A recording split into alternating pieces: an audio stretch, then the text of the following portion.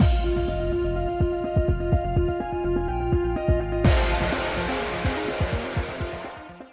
guys, it's Spacey Sims, and we're back with more Piofiore 1926, and we may, get Orlok's good ending in this part. I don't know, we're gonna get close at any rate, because we're in Chapter 6, so we'll see what happens. Kind of wanted to start recording this about 40 minutes ago, but I had to monitor my washing machine, because it's a goddamn toddler, okay? It's like a nice washing machine. It's like new, but it doesn't have the agitator in the middle. So like you throw anything that's slightly bulky when wet in there and it's like, I don't know how to spin! And then it thunks around and then it doesn't spin properly and everything's soaking wet still. So like you have to put it on another spin cycle and you kind of have to just be there in case it starts getting out of hand so you can throw your entire fucking body weight on it and be like, don't do it! Don't jump across the room! And you know, I gotta be there for damage control because this thing's trying to fucking kill itself and yeet itself across the room. Like, is a pillow? There's a pillow in there. That's all it is a fucking pillow. But the pillow threw it the fuck out of whack. The agitators are nicer in a way. You can't fit as much shit in there, but you could put a pillow in there and then properly put things around on the other sides and know, okay, this is properly weighted. I can do this. You put everything in there and you're like, it's in the middle, and then it's like, everything's on one side. I don't know how this works in there, but okay. So, I did that when I washed blankets, too. It was like, nah, fuck this shit. And it's like, ugh. Now you gotta put it on a drain cycle. Now you gotta do it. And I forgot to do that. So, first time started, I'm like, oh, God, it's adding. Oh, shit. I put it on just start. I just wanted it to drain again, and I forgot to turn it to drain and spin. I was like, oh, anyway. So, anyway, I had to babysit my washing machine. So, that's why we're late. But you don't know the difference, and I didn't have to tell you that, but I just felt like sharing the adventures of standing there like, I'm just standing in my laundry room for fucking fun now. It wasn't fun. It was not fun. Anyway, I had to wash the pillow because it was like the cushion that my grandmother used on her vanity bench, right? Because like, the cushion that's on the bench is just the one that's built in there, and it's like thin. So she used a pillow, and she put... She made a cover for the pillow. It was literally two of the most 70s towels I've ever seen in my life. Like that olive green color and like neon orange. And she like sewed them together and made like a slip cover for the pillowcase. It's really kind of cool. But it's in fucking mint condition for 70s pillowcases. But anyway, I took it off and I was like, because it smells musty. I was going to wash it, but I'm like, but the pillow smells musty. So what am I going to do? Stuff a musty pillow back in this case and then put... defeating the purpose. I'm like, I'll throw the fucking pillow in there. It should be fine. Like, it was not fine. I mean, it was fine until the drain and spin cycle, and then my washing machine was like, I don't know how to do this. So I had to rearrange, put the pillow on the top, stand there, waiting to, like, sit on it if I needed to stop the fucking thing from, like, flying out of control. It was fine. Sometimes it just needs you to hold its little hand every once in a while, and it's the little machine that could. I mean, it's fine. Everything's fine now. We're in the dryer. Not the pillow. Pillow's not in the dryer. Pillow's on the dryer. But, like, for God's sakes. Because I also had towels and shit in there, too. And I'm like, my towels are soaking wet. And if I throw them in the dryer, it's going to take 6 years. Because the dryer is never going to dry these. So I was like, fuck. Anyway, that's my story. So have fun with that. This is going to be a 30-minute over part because I just spent 3 minutes talking about my washing machine. Sorry for the wait, Orlok. I was talking about my washing machine issues. Washing machine. Did they have washing machines in the 20s? That weren't like your maid service or a lady or your wife? I'm just saying. I'm not sorry about that. I finished getting dressed and stepped down to the corridor where Orlok was waiting for me. As we walked, I asked him a question in a hushed voice. Do you think we should tell Gil about what happened with Raoul? Al's interest in you is too serious to ignore. And since we're living here with Gil, we should warn him that Raoul may come for you. The Falzone and the Visconti have been rivals for a long time. Gil would want to know what they're planning. But in Gil's route, they became friends. It's only in this route where they're enemies, because goddammit, Orlok, what the fuck did you do? Poor Orlok! He's so sweet and innocent, but he ruined everything! You're right. Keeping it secret would only cause more trouble. That was the last thing I wanted, especially since Gil had welcomed us here with open arms. I'll have to find some time to talk to him. Thank you, Orlok. He seemed to be implying that he'd relay the details in private so as not to distress me. I wondered if he would have gone about it differently back when we first met. He was changing in so many small ways, becoming more attentive and considerate every day. By the time we arrived for breakfast, it was well past the start of the meal. Gil and Oliver had already started ahead of us, looking up as we entered the dining area. I'm sorry we're late. As we walked in, Gil kept his gaze on me a while without saying a word. He looked shocked. What? Is something wrong? Yeah, right? I'm sitting wondering too. No, but compared to yesterday, you're looking even more beautiful than ever, Signorina. Hey, don't hit on me with my boyfriend here.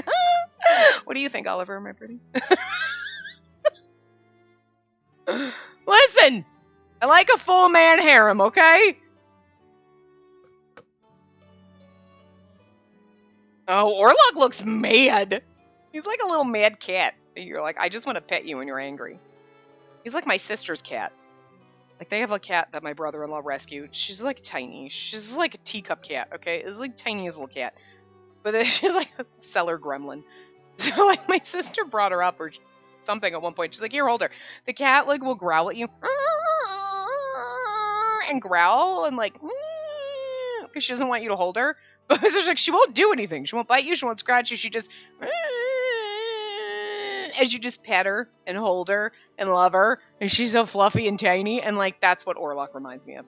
She's just giving you an angry look right now, but you're like, it's so cute, and you just want to ruffle his hair, and then he gets angrier, but it's like it's not going to stop you because he's not going to do anything about it. Orlok would absolutely stab you, but I'm just saying, you know, he's got that like, you're too cute. Look at you trying to be angry. I know he could stab me, but still, you can't help the look. The look is absolutely that one where you just are not intimidated at all. I guess that's what makes him more intimidating, is that he does not look intimidating at fucking all. Even though Gil was only teasing, I noticed that Orlok's position beside me was now slightly protective as we approached the table. Man, I envy you. I haven't gone out with a woman since my injury. What were you doing before? Gil, chicks dig scars. And the eye patch? Take Oliver with you. Guys that are, like, seriously, like, seeming cold and, like, asshole-ish with glasses. Oh, maybe that's just me. But I'm just saying, enough, some of us. And then for some people, it's going to be like, that guy seems like the guy next to him seems nicer by comparison. So I'm just saying, one or the other or both of you is going to pick up someone. Or, like, both of you are literally going to pick me up. I don't know. Whatever. It would take both of you to pick me up, but... Please? I'm sorry. Nah, it's not your fault, Orlok. I've just been spending too many dinners seated across from business partners instead of lovely ladies. You get to sit with Oliver. Why are you complaining? Were you two talking about work just now? I thought for a second Oliver was going to be like, excuse me, what the fuck? I'm lovely. Not a lady, but still. Yes, but we've concluded our discussion. Come, take a seat. Eat! I just called Oliver fucking Gilbert. Under my breath. Because I saw Gilbert's name pop up on the screen and I... Anyway. Practically almost lunch now, so you're two in the mood for brunch. Maybe just something to drink. Got it. Gil quickly pushed out his chair and stood from his seat. So they were finishing their breakfast and he's like, it's time for lunch, and then he's just gonna... Are you sure you're from Chicago? Because that's a very fucking New York thing to do. Maybe that was just my family, but it was like one of those, you'd go visit my grandparents, and you'd be there, and you'd like get up, and it was breakfast, and then you're sitting there talking, and then blah, blah, the next thing you're like, oh, it's like lunch! Let's bring up the sandwich. Okay, and you'd never fucking leave the table. And then you'd be sitting there talking, and then blah, blah, blah. It's like, oh, we gotta go to my aunt's house for dinner. So you'd go throw clothes on, and then you leave, and then you go to her, and it'd be dinner time. Like, we never left the fucking table! The kitchen table was literally where you sat. Like, also the kitchen table, my grandfather built into the wall because, like, the normal doorway between the little dining area, which was also not the front entrance, but the garage entrance to the house. That's always where you went in. You never went in their front door. Like, he like opened that up so it was just a bigger archway, and then the table was built so it was like a little bit of the archway was inside in the middle of the table, but so the table was like spanned 2 rooms. It was like this huge ass fucking table, and it's kind of sad because like I'm sure that's all gone now because they sold his house and like the people were redoing it, but it was like like a tiny kitchen. It was like a 1950s house or some shit. You know what I mean? Maybe 60s. I don't know. A little, and a tiny little dining room. So now it was this huge fucking room where you could fit like 6 people around this table comfortably because it was like 2 on each end, and then you could probably fit at least 2 or 3 on the other side. Technically, like because the one side was built against the wall, kind of, so you could only get on 3 sides. But still, it was just, and you would all just sit there crammed in the fucking. Actually, you could probably fit, like, 9 people around that table comfortably. It's just, like, the one sides that are by the wall were always, like, that's where the news, the mail and stuff and shit, the phone and, like, all that crap was. So, like, but, like, you needed to. You clean that shit up and you got, like, 9 people around that motherfucking table. And there was plenty of room in the fucking middle for shit. Like, I don't know why there's so many stories we're never finishing this part. There's just so many stories coming out of me today. I don't know. Anyway. Gil quickly pushed out his chair and stood from his seat. I'll try to not do this, but today is nostalgia day, apparently. It was then that I noticed there was no one else around aside from us. Wait, you don't need to... I didn't want him to fetch our drinks for us, but Gil only laughed good-naturedly. Don't worry. Be an honor to serve such a beauty. Gilbert is really fucking hard up if he's sitting on another man's woman. Especially when he knows how many people Orlok's killed. I'm just saying. But again, Orlok does not look intimidating. We know he is, but he doesn't look it. Gil waved off my concern and headed into the kitchen. He's made up his mind, so don't trouble yourself. His impulsive behavior can sometimes be convenient when it's not aggravating. Oliver sighed wearily, seeming to remember another instance of the latter. Before we returned to Boulogne, I was very much afraid of Gil. But now, I remember why everyone in town was always so fond of him. I'd often seen Gil in town, laughing and joking with ordinary folk, just like friends. You weren't wrong in your instincts to fear Gilbert, given his power in the Mafia. He's undeniably a criminal. Don't know why that's so funny. He's undeniably a criminal. Kinda so are you. Like, and as such, he will kill to attain his goals. However, he'll dote on anyone once he's determined them to be an ally. We've seen that. Sometimes to a point beyond reason, which I believe is the very reason the Visconti follow him with absolute loyalty. Were you drawn to Gil's personality too, Oliver? Oliver's like, I'm drawn to the money, bitch! Oliver chuckled at my question, and Orlok answered in his place. They've known each other for a long time. When I first arrived 6 years ago, they were already working together like this. A true informant. I suppose it's been about 10 years since I first met him. Gilbert would have been like a teenager. Isn't he like mid to late 20s, if that? So it's like, how long? If you don't mind, can you share how the two of you met? I'm interested as well! Elbow on table, hand on chin on hand. Intently listening. I don't have a table, so my chin is on my hand, which is on my other arm. Intently listening. It's not too interesting. Load of bullshit. Need to know more about you, Oliver. One day he arrived at my house and asked me to be his personal lawyer. It was so rude that I refused outright. You did what? You went against the Mafia? I couldn't so easily give up my life, could I? However, he refused to relent in visiting me. But that was 10 years ago, so, like, was he really in the Mafia at the time? How old is Gil? They always make it seem like you're like, they should be in their 30s, but then it's like, he's 23, and you're like, the fuck is happening in anime logic? Like, you're basically doing the job of like a 40-year-old, but you're 20, but as soon as you hit 30, it's like you're dead. I mean, okay, never mind. Anime logic. He'd come every day to talk about his dreams, and then he'd leave again. In the end, I was too worn down to do anything but accept. So he really hasn't changed at all. Love that fucking story. You may have noticed Oliver's got the face of a politician and the heart of a nun. I knew he'd cave eventually if I kept at it. Gil returned with our drinks, merrily joining in our conversation. The face of a politician. Stone-faced, serious, and the heart of a nun. Or the face of a politician, as in, like, politicians should be pretty, because then you'd vote for them. Not our politicians who are fucking old, but I'm just saying, if you saw, like, a young, attractive politician, you'd be like, I don't know what's coming out of his mouth, but he's hot.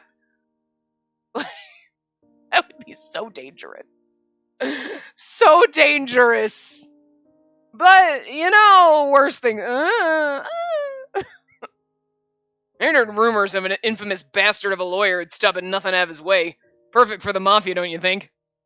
I love the fact that an infamous bastard of a lawyer. I love these little insights into Oliver. I don't know why this tickles me so. We don't have an Oliver route, but I feel like between Gil and, like, Orlok's route, like, Oliver is, like, the fucking... He's just a shining little gem in here. I loved him before, but, like... Gil and Orlok's route. I love Oliver. I mean... Like... He's kind of overshadowing. I mean, Gil's route was really good, but, like, still, I'm like, but, like, Oliver was, like, mom and everybody, and that's so cute. And then this one, we're just, like, learning all about him. I'm like, why didn't we get, like, side stories, like, little tiny side routes with the characters to learn all this about them, where we could absolutely love them properly? Because, like, Oliver, I love you so fucking much, but I gotta pretend I'm in love with Orlok right now. You have my heart at this moment, though. Like, I love this. And Gil used to tell me over and over that he'd become the boss one day. Oliver spoke with a wry smile, and Gil squinted as if remembering the good old days. Back then I was 18, was it? Okay, so he's like 28. Oh my god, you're basically dead, Gil! How'd you live this long? I mean, that makes Oliver so much older because he was already like a fucking lawyer. What were you, like a 16-year-old lawyer or some shit? I mean, he was probably in his 20s at least, so... That's okay. See, that's why I like Oliver. You're closer to my age. You're more age appropriate. Back then I was 18, was it? I was a flunky to someone in the top brass. Not long afterwards, my boss became the boss, and, well, let's just say that didn't last long. A happy smile faded from Gil's face. He gave a shrug and continued. My whole family was in a state of chaos, and I was just a hopeful kid. I think you mean a hopeless kid. Which you still are. Well, that hopeless kid's a pretty fine boss, too. He is, though he's somewhat become even more of a handful with age. Though he's somehow, I read that wrong, become even more of a handful with age. I laughed as I listened to their lively banter. I sensed a true affection and respect between them that strengthened their bond. I hear you down there, but you didn't come upstairs with me, and you don't get to make that screamy noise. I will banish you. You have a light on, so there's no reason to be screaming. You shush. Their personalities complemented each other so well that their relationship endured to this day. No. I know it's Orlok's route, but I miss them. I stepped into the corridor, thinking I might get something to drink before dinner when... Emilio! Emilio! I gave a sudden shout at the sight of a person standing just outside the door. I'd been waiting for him to come by, and it seemed he had been waiting for me, too. There's something I need to ask you. A perfect timing. I've been wanting to speak with you as well. Let us go for a stroll, but keep this a secret from Orlok. Secret? Yes. Do not worry. We'll not be going too far from the manor. Hey, I understand. Emilio, if you turn me over to Raoul, I'm going to second guess everything I've ever thought about you. He must have had a reason for wanting our conversation to take place away from here. I nodded in agreement and followed him outside. I mean, we're at the end, so I feel like this, like, where's the conflict? I mean, like, we had a little bit of the conflict with Johan, but it's like, there's really not a lot. You know what I mean? Like, I just don't feel like this could be the end, because it's like, there was not really a good climax, and nothing is really... You know what I mean? The pacing is just weird in this one. Because, like, Raul's gonna come in and then we're gonna say, like, you know what I mean? At least in the other ones, there was at least some sense made to it. This is like, Johan's coming after us, but then that got resolved, sorta, I guess. Did it really? And, like, at least, you know, Gil's kind of made more sense with, you know, Eugene coming by, and then you'd be like, get the fuck out of here, Eugene. And then Jack was coming to kill Eugene, but then Yuan kind of got involved and he tied everything together. And in this is like, okay, you've got Henry there, but, like, he's not really helping us. And then you've got Johan who's trying to kill Orlok, and then Leo, but Leo was like a side thing. So, okay, Gil's like, calm down. I'm like, whatever. But Johan wanted to kill Orlok, and then Henry was like, maybe don't. And then he's just gone. Like, where'd he go? And then who's the other guy, the priest guy at the church that was puppeteering them, and also Raul, who was then like, oh yeah, I'm going to take you for mine. Bang, bang. And then was like, okay, later. And none of that. And I mean, are they all going to somehow come together to gang up on us? But, like, we're going to do that at like 11:58 and wrap this up in 2 minutes. Like, it feels awkward and weird, and I feel like there's so much missing. Like, this feels almost like the idea is there. I like where you were going with the little plot lines we were all going to tie together, but I just feel like they're going to be haphazardly thrown together, and I don't know if it's going to tie up nicely where you're going to get to the end and feel like this wasn't just a hot fucking mess. Like, the idea was there, but whoever fucking put this together was drunk, because this is shoddy. You know, I just don't feel like there's a natural conclusion or anything really. It's just the pacing's all like, it just feels lackluster. Like, I don't know. Aside from Oliver, that's what saved it, honestly. To be fair. Like, anyway. Dusk had fallen over the streets, but they were still bustling with people. Most seemed to be hurrying home for dinner, and none of them took notice of Emilio and me. Now, what was it you had to say? We ran into Raul Gerlandio, whatever, again, and he told us that the key maiden belongs to the Falzone. I see. And no doubt told him by someone who should have kept it secret. Who should have kept it secret? And never mind my mutterings. You need not be concerned. In any case, let me share with you something about the Falzone. What Raul said is correct in a loose sense. You may remember that the key maiden is meant to be united with a keeper of the grave. Thought that it could actually be true sent a wave of dread through my body. Still, Emilio continued with a gentle smile. But do not fear. It's not my belief that you should be united with Raul Gerlandio. What do you mean? If I were to explain my reasoning, you may find that it raises additional questions about fate, so I shall leave it at that. Yeah, I'm not going to explain it. Like, I just don't think, but why? Not going to tell you, because then maybe something would make sense in this route, but we're just going to be like, don't worry about it. What this route feels like. Yeah, don't worry about it. But, like, and again, we're not at the end yet, so maybe it'll all tie up nicely, but I'm not holding out much hope here. Instead, I'll offer you a secret. I hope you'll consider it a fair exchange. The truth be told, I've abandoned my duty to the Falzone family, leaving them to die. Huh? It was not that I was unable to provide them assistance, but I had also noticed another who was determined to challenge their mission. I was curious to see what the future would be for someone who had made enemies of everyone. Wait, do you mean that you didn't save the Falzone family because you wanted to see what would happen to Orlok? What the fuck, Emilio? Were Dante and Nicola like real assholes in Orlok's route when we did? I don't remember. I just know as a whole, I love them, and this seems rude, Emilio. What the fuck? Not quite. You may see Orlok in that, but I see myself. The fetters which have held me for so long. Should the bloodline of the keepers perish, that the key maiden's responsibilities would cease. That in turn meant that my role as guardian might finally come to an end. Oh, okay. You know what? I don't feel as bad about. Like, I feel bad, but like not like mad at you, Emilio. I feel sad for you because he's like, could you just let me die? I've been around for thousands of years. I'm tired. This bitch just wants to retire, and I feel that. And most of us only have to work for an exorbitant amount of time before we like keel over at our desks or we get really old and then we have to become Walmart greeters because we can't afford to live on our retirement. But like Emilio's like, I look like a 10-year-old. I've been doing this for hundreds of years minimum. Bitch, I just want a day off. And he never gets a day off, so like, I get it. Emilio, are you... Sorry. There are limits to what I can foresee. This may be my only opportunity to live a peaceful life of prayer away from the church. What do you mean? Oh, dear. It's almost time for dinner. We must head back quickly before they begin without us. I like how he's not explaining. You're like, Emilio, I have a million more questions. I mean, I guess we should know with Emilio we're never going to get the answers we want, but... I'd always thought of Emilio as mysterious, but now he was even more cryptic than ever. I did learn one thing from everything he said. He feels bound to a mission that he wants to escape.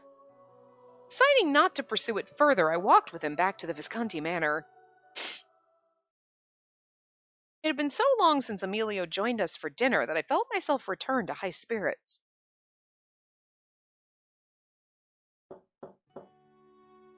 The following day, after breakfast, I was sitting in my room when I heard a knock. Orlok? No, it's me. No need to let me in. Just listen to me from there. I'd already stood up to open the door, but Gil's strange instructions stopped me in my tracks. What? But... I don't want to find out what'll happen if Orlok learns we're together. Oh, I don't want to find out what'll happen if Orlok learns we were alone together in your room. I resumed my journey and opened the door. The astonishment on Gil's face suggested that he hadn't expected me to greet him. Don't worry, Orlok would only be upset if I was in danger. And you don't consider me a danger to you? I mean, yeah, but like, no. There was once a time that I did, but after all that's happened, that's no longer the case. You're a danger to my willpower. Grazie, Signorina. I won't make any excuses or apologize for the scuffles we got into back in the day. But now you folks are my guests of honor, and I intend to treat you as such. Grazie, Gil. If there were any lingering doubts in my mind, they would have vanished with Gil's warm smile. I mean, right? But this is where you were, like, worry, girl. You should be concerned, because he can fucking charm the pants off you. I mean, he did quite a few times in his route and the after story. I'm just saying. Now, on to business. I'm here to invite you out on the town this afternoon. Orlok's invited too, of course, and Oliver will be there to provide comic relief. Yay! Gil knows who he's talking to. He was looking at her, but then he made eye contact with me when he said Oliver will be there too. He knows what I like. Where are we going? To a nice restaurant for lunch. Ristorante for lunch, whatever. We don't throw Italian in there. His invitation was quite unexpected. Orlok told me what happened with Raoul. If he dares lay a finger on either of you, this becomes a family matter. Here's hoping he ain't that stupid, but who knows. In any case, going out for lunch should be safe enough. Especially with Gil and Oliver there. You don't want to have lunch here? Well, I live for anything our cook churns out. It's a nice change of pace to have a restaurant meal every now and again. Besides, you guys are heading back to Rome after all this is over, right? I almost forgot. Well, we still hadn't won over Johann. It wouldn't be long until Orlok managed to convince him. Our departure would soon follow. I mean, you basically, like, don't worry about that to Johann, so, I guess. So before you go, I figured I'd let Oliver fatten up Orlok to his heart's desire. Because Oliver likes to feed children. Oliver sounds like the fucking witch in Hansel and Gretel. Eat the candy, children. But, like, you know, not as devious, but maybe a little bit. Like, grazie. And if you don't mind, I'd love to join you. I gladly accepted, feeling touched by how well Gil and Oliver looked after us. We both exchanged happy smiles. The thought of enjoying a pleasant lunch with them out on the town filled me with excitement. Like, in Gil's route, I don't, like, it's like Oliver was my side piece, but, like, I really loved Gil. Like, it was really enjoyable. But in this one, it's like, sorry, Orlok, I'm leaving you for Oliver 100%. I wouldn't leave Orlok for Gil. I'd leave him for Oliver. This is Oliver's route for me. Oh, God. I don't... They make him so fucking charming. Did this much stuff come out about Oliver and the other one? I know that I just loved him, but I'm like, sometimes I love the side characters for no reason. You're like, I love them and I don't know why, but I just do. And like, I'm sure Oliver had his charm in the first game, but I don't remember if it was quite like this. They went above and beyond here. You know, I just want to point out that in this background, I always, for some reason, thought that was a wall with like glass and you could see over to the other tables and not that it was a fucking mirror. Because I was just like, why the fuck is that only half a shin? Oh, it's a mirror. I was like, you'd be able to see the other side of that chandelier sticking out from that thin little wall. Yeah. I didn't think that was a full fucking wall. I literally just thought it was like a little half wall and there was just like a glass partition and you could like see through. You know, like sometimes you sit in booths where they have a little thing and you can like peer into the people next to you. You know what I mean? Did not think it was a mirror. Not catch that till just now. Okay. I don't spend too much time looking at the background, but I just noticed because I saw the chandelier and I was like, the fuck is there only half a chandelier? It's gonna take 6 hours to get through. Well, this part's not gonna, we're not getting the good ending in this one because like, I keep going off on tangents. I can't focus. Gil brought us to a famous upscale restaurant in Felce that had long been a local favorite. I'd often walk past its historic doors. But this was the first time I'd ever been inside. There's something seriously wrong with me today. Usually every day, but mostly today. The lavish interior struck me with awe, and I admired its elegant furnishings and decor. The tables were all vacant and perfectly set. They must have reserved the entire place. Signorina, if you'll allow me. Warlock offered his arm to me in a gentlemanly fashion. You look very beautiful today. I mean, you always look beautiful, but even more so today. Oh, Orlok. I was happy that I could still distinguish Orlok's thoughts from his practiced manners. Did you learn that from Gil? I made sure to whisper it in a quiet voice, and Orlok quietly nodded in response. It's kind of fucking adorable, though. I caught Gil and Oliver watching us with proud, delighted smiles. Dad and Grandma over here like, oh, baby. Oh, I love it. You know what? I'm going to throw myself into the game. Lily over here. Not Spacey. I'm Spacey. She's Liliana / Lily. Right? That was her name? Whatever. She can date Orlok, and then me and Oliver will sit there and be like, her grandbabies. And we can grandma and grandpa together. It'll be cute. Fine.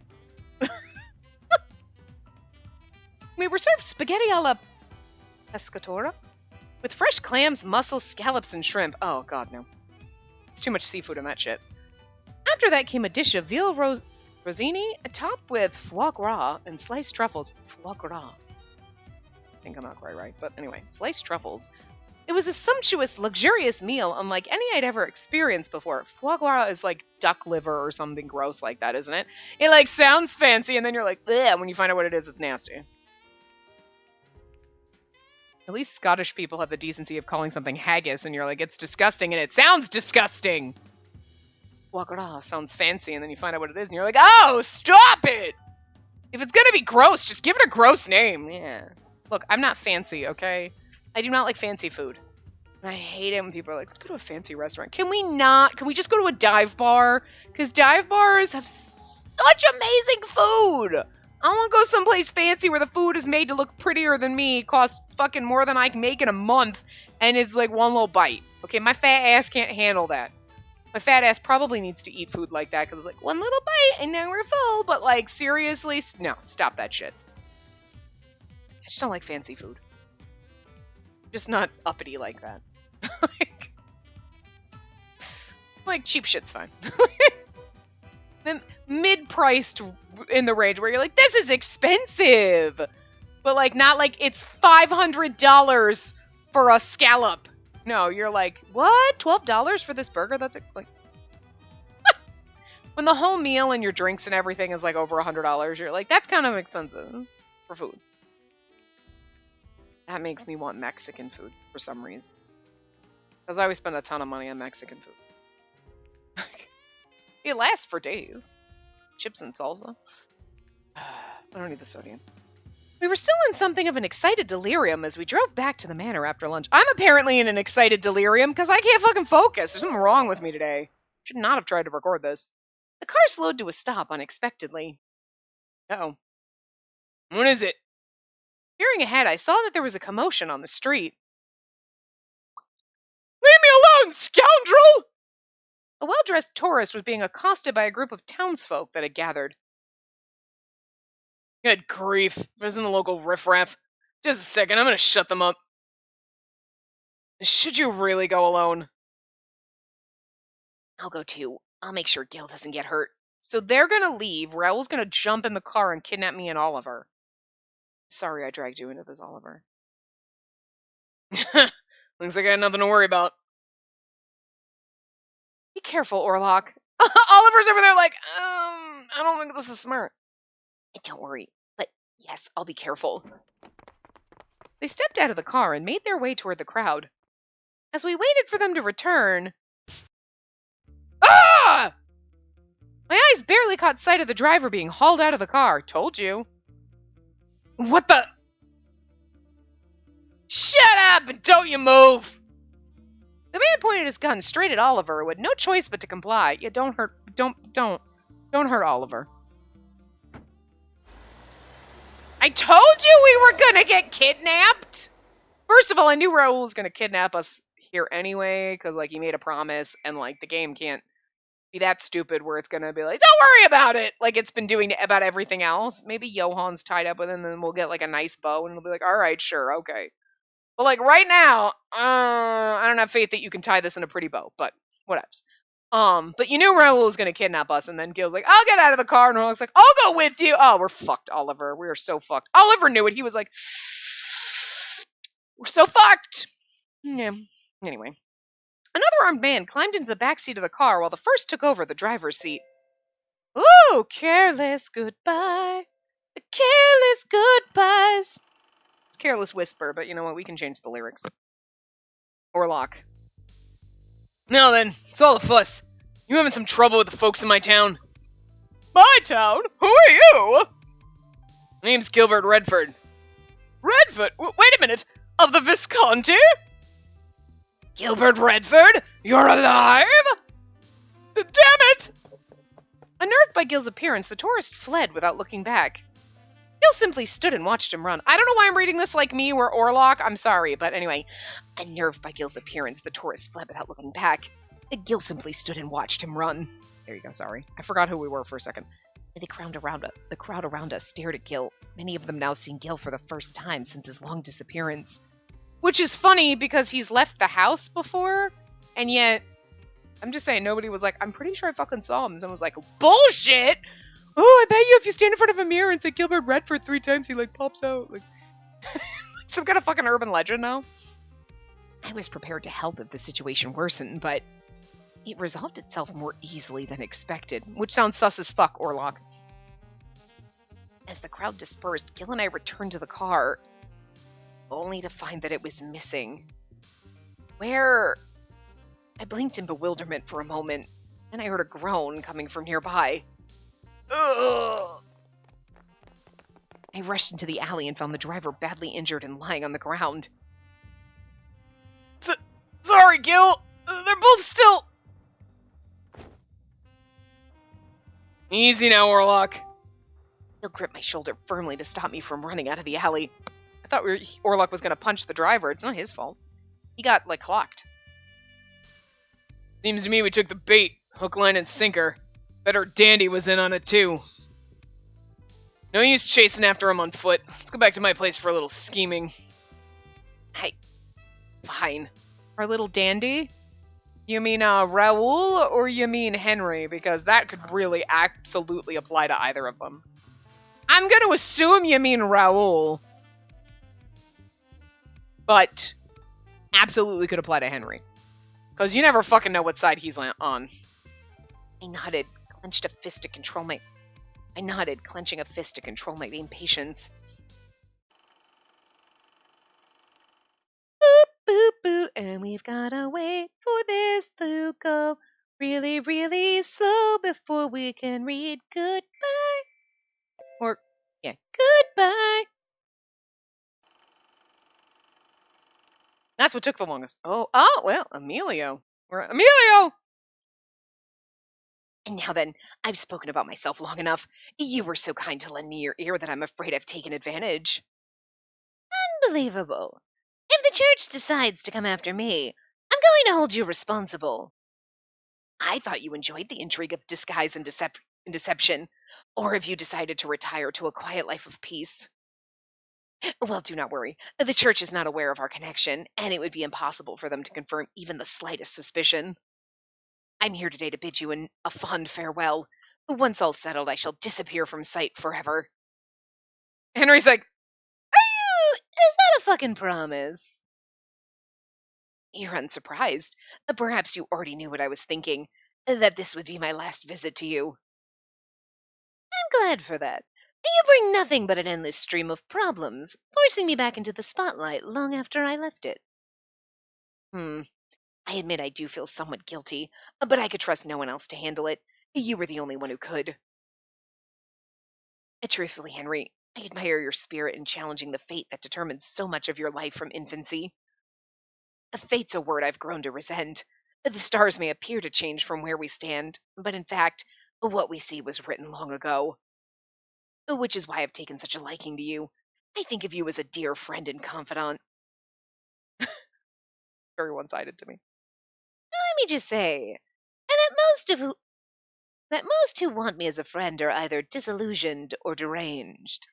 I want you as a friend. Oh, yeah, no, that makes sense. Deranged. Little disillusioned, but mostly deranged. Humans. Humans, indeed. Hearing you say that has almost awakened an emotion I don't typically feel. What a shame to lose such enjoyable conversation and company. Yeah, and like Emilio keeps saying like humans, so obviously like, I mean, he's like, whatever he is. Anyway, another armed man climbed into the back of the car while the first took over the driver's seat. With both of us held at gunpoint, Oliver and I could do nothing but remain silent and still. Like, at least I have all... Oh, I don't know if Oliver's good at fighting. Might be able to use a gun. I don't know. He's a lawyer. He could lawyer them to death. Without another word, the car quickly sped off.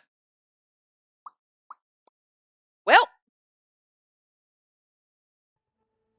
I was so impatient and anxious that I was finding it difficult to keep my voice steady.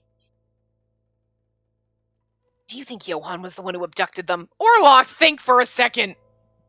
No. I mean, it looks simple enough, but the truth is, he needs some help pulling it off. From what I've seen, Johann's a Lone Ranger. I hadn't seriously considered Johann to be the suspect, but I was eager to get moving already. Leo's another guy... Oh, got another bone to pick with you. What's this about me? Poor fucking Leo's like, I've just been sitting in the lounge all day. It can't be Leo. If it was, he wouldn't still be here. He was like, with what was me? Poor Leo's so confused. Look at us! Aw, you made him sad, Gil! Rude! Slaps Gil. Goes over and comforts Leo. You don't hurt my Leo, and you don't hurt my Oliver, okay? Stop hurting and killing each other, but like, just... Leo, just leave him alone. He's had a rough life.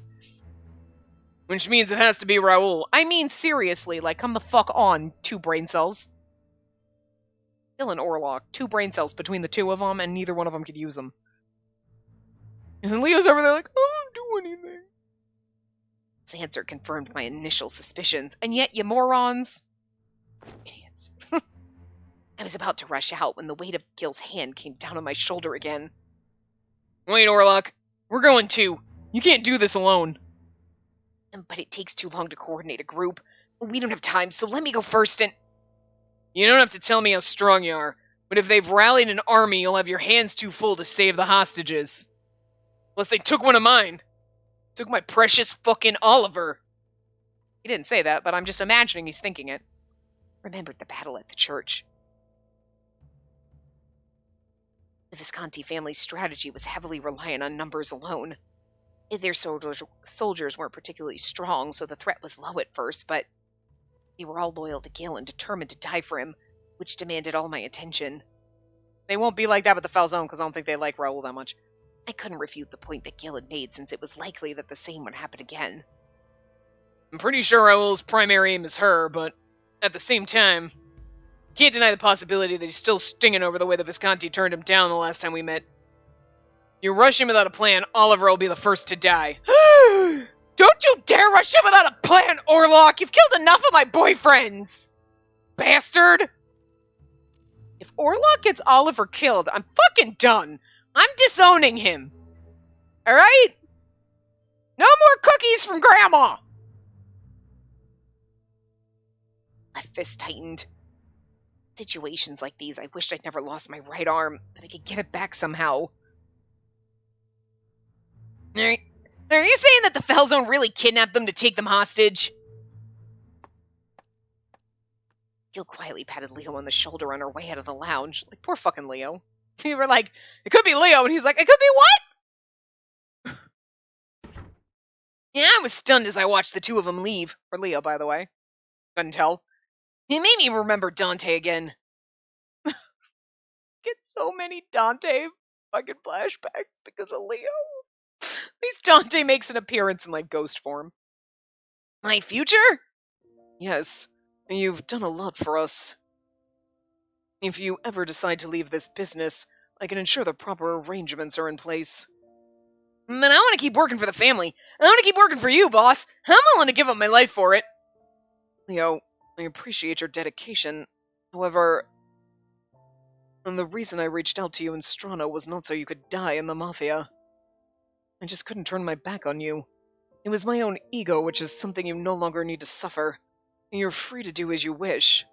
Look at how sweet Dante is. Stop it! You didn't deserve to die, Orlok. What the fuck? I know Orlok was just doing what he was told to do, but it doesn't make me not mad at him. Boss! But promise me this. Even if you leave the family, carry our pride with you. Once you've been made a Falzone, you're held to that honor for life.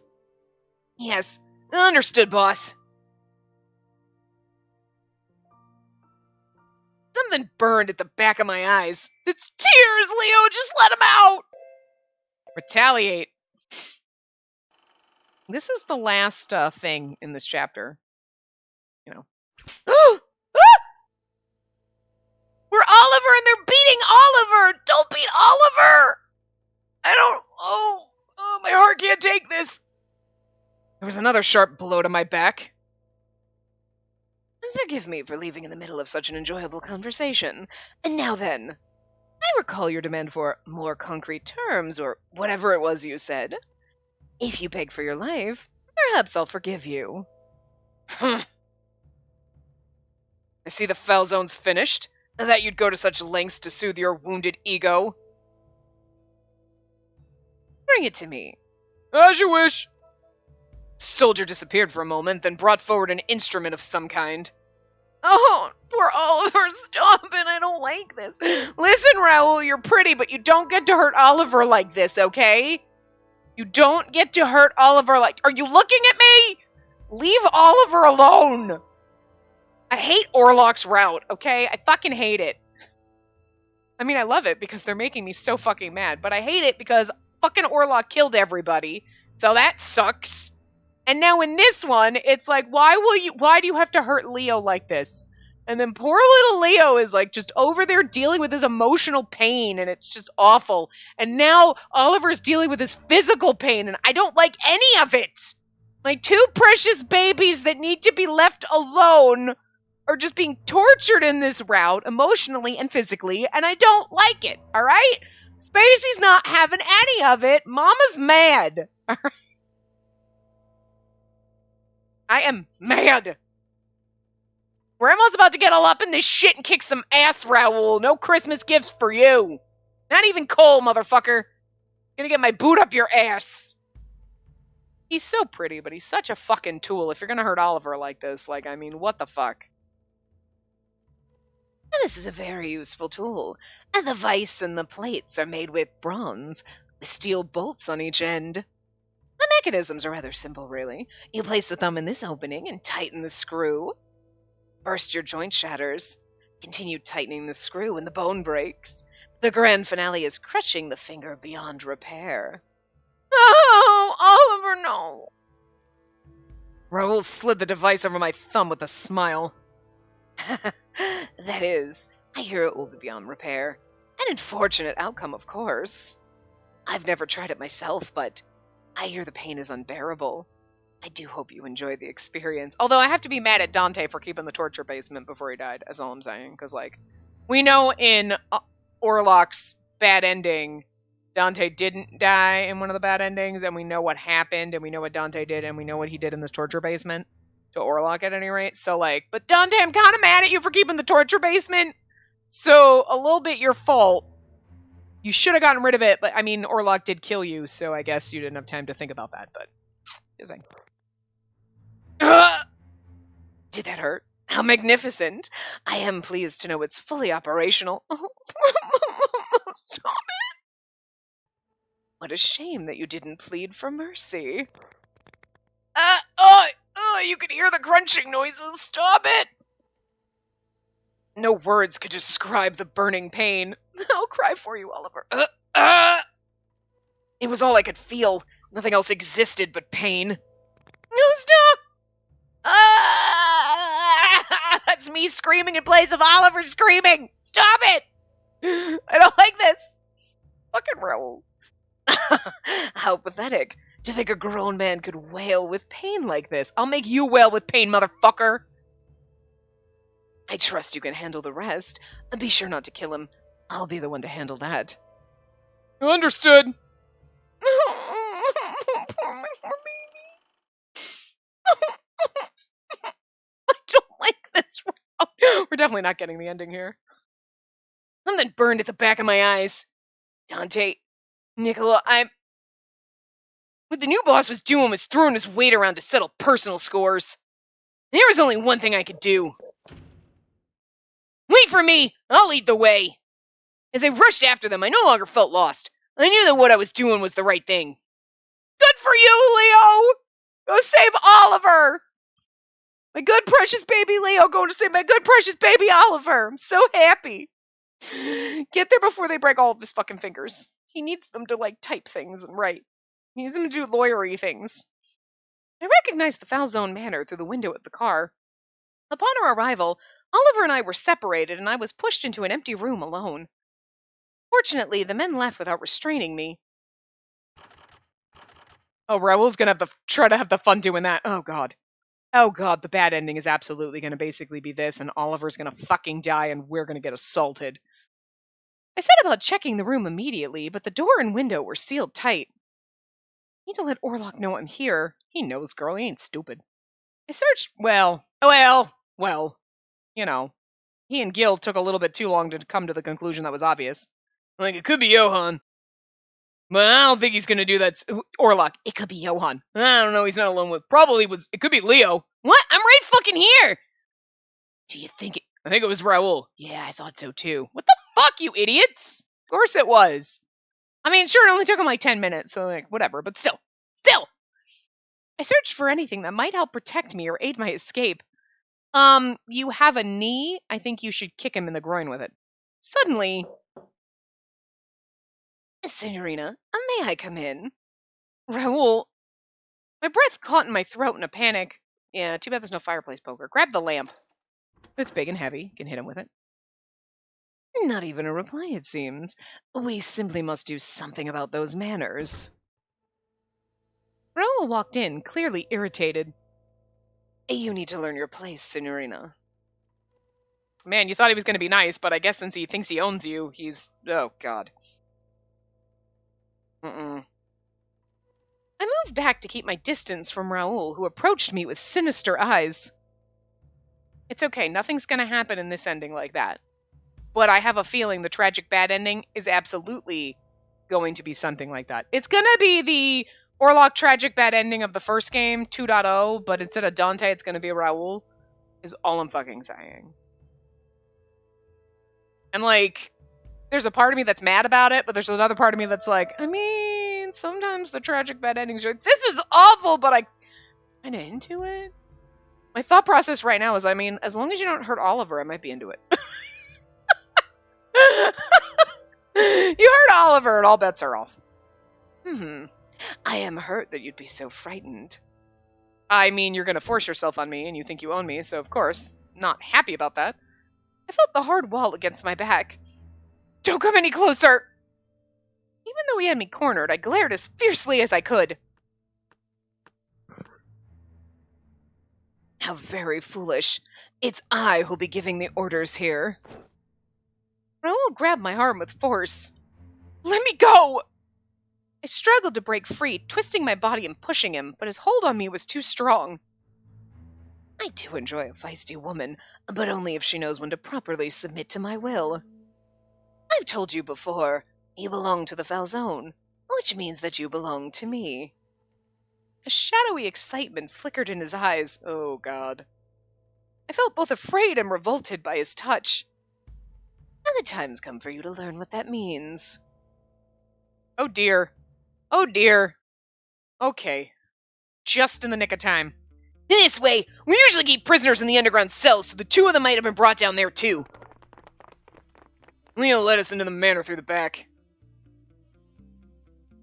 Raoul's an idiot as well.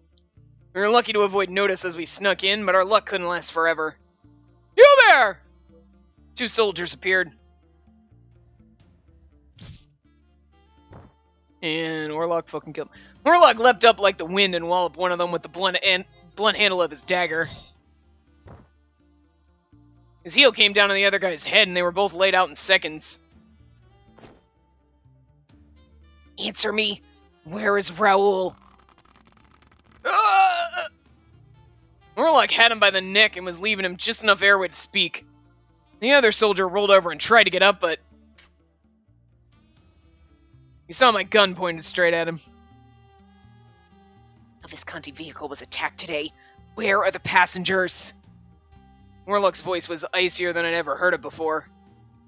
Senor Gilandio is with the girl in the guest room. Which fucking one? There's like 800 rooms here. There's only one guest room? Which one is the guest?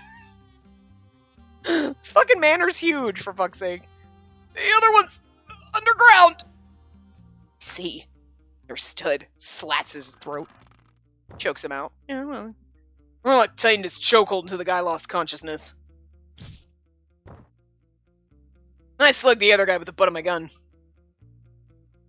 Kill. I'll go get her. You go underground. Yeah, be careful. Orlok! The guest room's on the second floor. Grazie, Leo. I'm only doing this because I don't like what the family's doing. Not because I've forgiven you. Look at Leo looks so cute when he's saying it, though. Orlok smiled and nodded at Leo before dashing out of sight. It's like, Orlok may not kill people, but I'm gonna fucking kill him for hurting Oliver. Gilbert, I need to go back with you. Look, Orlok's gonna save us. That's great. I need to know what's happening with fucking Oliver. I'm gonna stop here. We're a couple minutes under, but I'm gonna stop because I feel like we are getting to the end and it could very well only be like 10 minutes. And if for some reason I record the next part and it's like 10 minutes or less, I'll just edit them together and like edit out me like whatever. You know what I mean? And then you won't even know. But if you've seen it like this, then it was at least 30 minutes for the next part or somewhat close. You know what I mean? With my rambling and like then checking out the CGs and stuff. So anyway, maybe we'll see you next time, or we'll just continue this and you won't even see this. So remember to give the video a big thumbs up and subscribe to see more.